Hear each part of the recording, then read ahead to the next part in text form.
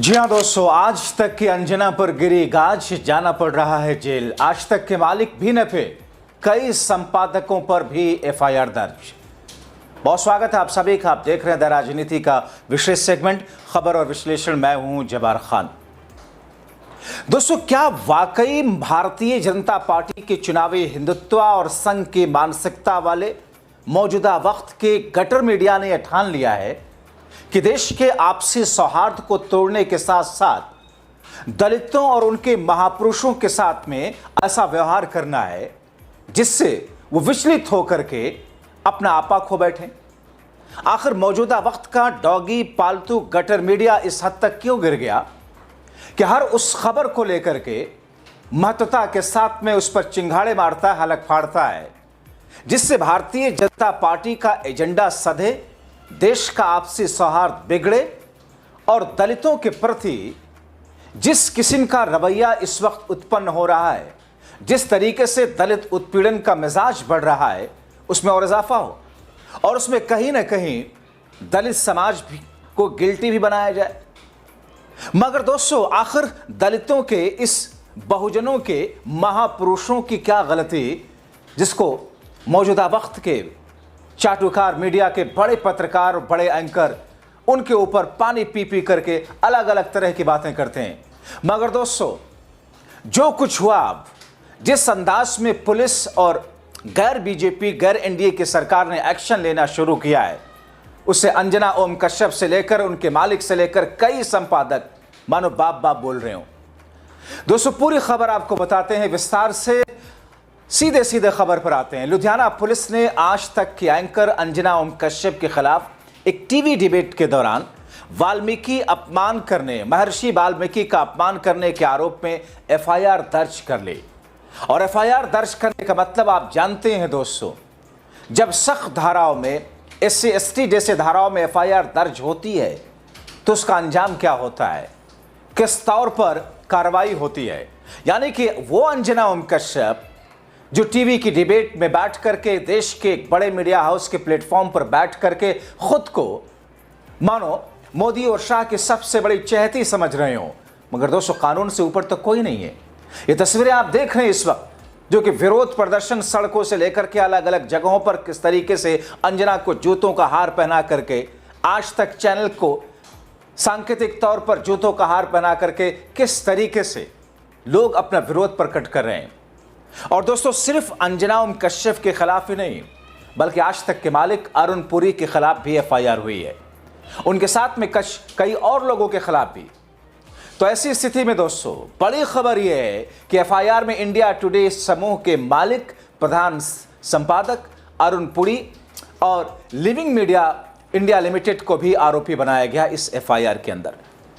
दोस्तों, ये एफआईआर भारतीय वाल्मीकि धर्म समाज भावदास के राष्ट्रीय संयोजक चौधरी यशपाल की शिकायत पर दर्ज की गई है।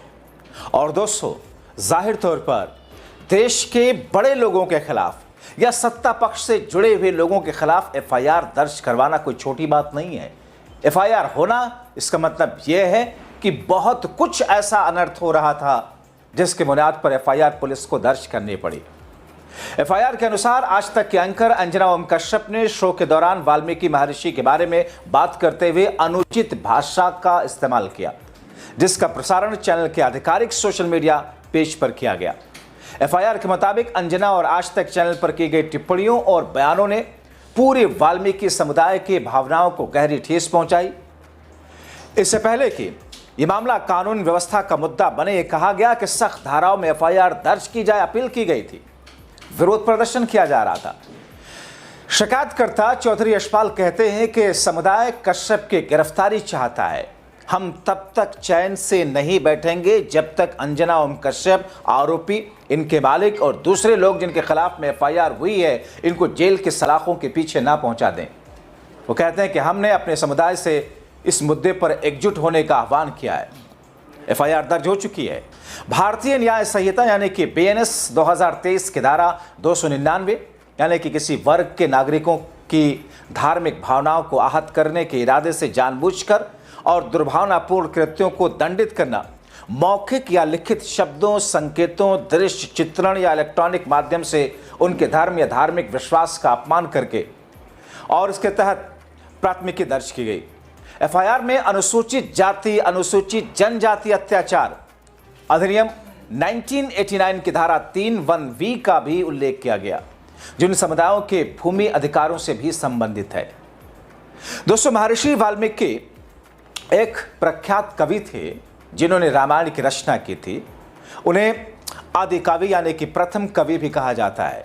उनके अनुयायियों को वाल्मीकि कहा जाता है और वे प्रमुख दलित समुदाय में गिने जाते हैं। दोस्तों, अंजना ओम कश्यप के प्रसारित ब्लैक एंड व्हाइट शो से संबंधित शिकायत है ये, जिसमें ये सारी की सारी चीजें की गई, जिसमें हाल ही में एक वकील द्वारा भारत के मुख्य न्यायाधीश बी आर गवई पर जूता फेंकने की घटना पर चर्चा चल रही थी।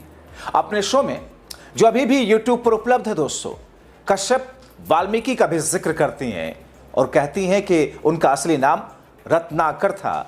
उन्होंने अपने जीवन के शुरुआती दिनों में लोगों को लूट करके पैसा कमाया। ये भाषा अंजना ओम कश्यप इस्तेमाल करती है। नारद मुनि से मिलने के बाद वाल्मीकि का हृदय परिवर्तन हुआ, अंजना ओम कश्यप कहती हैं। मानो कितनी बड़ी इतिहासकार अंजना ओम कश्यप हो, मानो कितने बड़ी धार्मिक व्यक्ति हो जिनको धर्म की एक एक बारीकी पता हो। क्योंकि दोस्तों, इतिहास तो इतिहास होता है, लेकिन देश में आज तो वही इतिहास पढ़ाया जा रहा है जो सत्ता पक्ष को सूट करे। क्या अंजना का ये इतिहास भी सत्ता पक्ष को सूट करता है? दोस्तों, शिकायत में कहा गया कि वाल्मीकि के जीवन से जुड़ी कहानियां ऐतिहासिक रूप से सत्य नहीं है।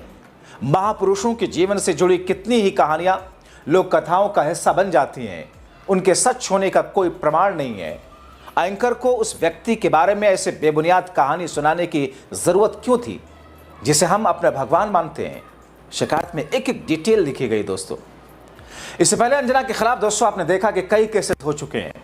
अब आप सोचिए कि वो अंजना ओम कश्यप जिसके हर शो में या जिसका हर शो इसी बात को लेकर के होता है, जिस शो का असर भारतीय सौहार्द को तोड़ने वाला हो, सत्ता पक्ष के एजेंडे को साधने वाला हो, विपक्षी और विरोधियों के एजेंडे को ध्वस्त करने वाला हो, या फिर विपक्ष में सिर फुटबॉल वाला हो, इससे इतर अंजना ओम कश्यप या आज तक का ये शो नहीं होता है। आमतौर पर लोग यही कहते हैं और यही वजह है कि पहले भी अंजना के खिलाफ केस हो चुका है। अब दोस्तों, आप अंदाजा लगाइए किस तरीके से बीजेपी के चुनावी हिंदुत्व के एजेंडे को गोदी मीडिया आगे बढ़ाता है, जिसकी कल्पना तो बीजेपी के लोग भी नहीं करते हैं। इससे पहले भी अंजना के खिलाफ कोर्ट ने एफआईआर दर्ज करने का आदेश दिया था। केस दर्ज भी हुआ। कुछ दिन पहले ही अंजना के खिलाफ सितंबर महीने में लखनऊ की एक अदालत ने अंजना ओम कश्यप के खिलाफ मामला दर्ज करने का आदेश दिया था, जिस मामले में पूर्व आईपीएस अधिकारी अमिताभ ठाकुर द्वारा एक याचिका में ये कहा गया कि 14 अगस्त को प्रसारित एक कार्यक्रम विभाजनकारी, भड़काऊ और राष्ट्रीय एकता के खिलाफ था, जो समुदायों में दुश्मनी पैदा करने का प्रयास करता था। तो पहले भी इनके खिलाफ में केस हो चुका है। अब जेल जाने की तैयारी है ऐसा कहा जा रहा है। मगर सिर्फ इस बार अंजना ओम कश्यप ही नहीं नप रही हैं। अंजना ओम कश्यप के न्यूज चैनल आज तक के मालिक अरुण पुरी के खिलाफ भी एफआईआर में उनका नाम भी दर्ज है।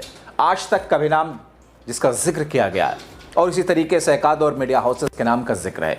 यानी कि दोस्तों, अगर इस मामले पर पूर्ण रूप से सही तरीके से अगर इस मामले को जिस तरीके से उठाया गया है, तो फिर अंजना को जेल जाने से शायद ही कोई बचा सके। दोस्तों, जब लखनऊ में अंजना के खिलाफ केस हुआ था, अदालत ने आज तक के न्यूज चैनल पर स्वतंत्रता दिवस के प्रसारित कार्यक्रम को लेकर टेलीविजन पत्रकार के खिलाफ में शिकायत दर्ज करने का आदेश खुद कोर्ट ने दिया था। जिस कार्यक्रम पर केस हुआ वो कार्यक्रम 14 अगस्त 2025 को प्रसारित किया गया था।